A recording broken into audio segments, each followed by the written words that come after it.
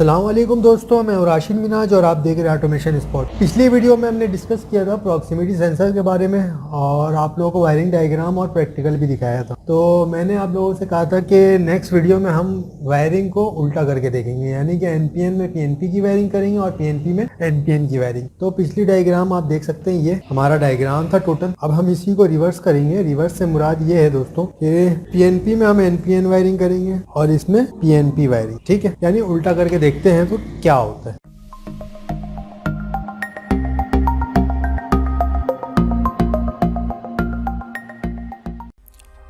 Subscribe करें automation spot को और सब्सक्राइब करने के बाद बेल आइकन को प्रेस करें। प्रेस करने के बाद ऑल पर क्लिक कर दें ताकि आने वाली तमाम वीडियोस आपको सबसे पहले मिले।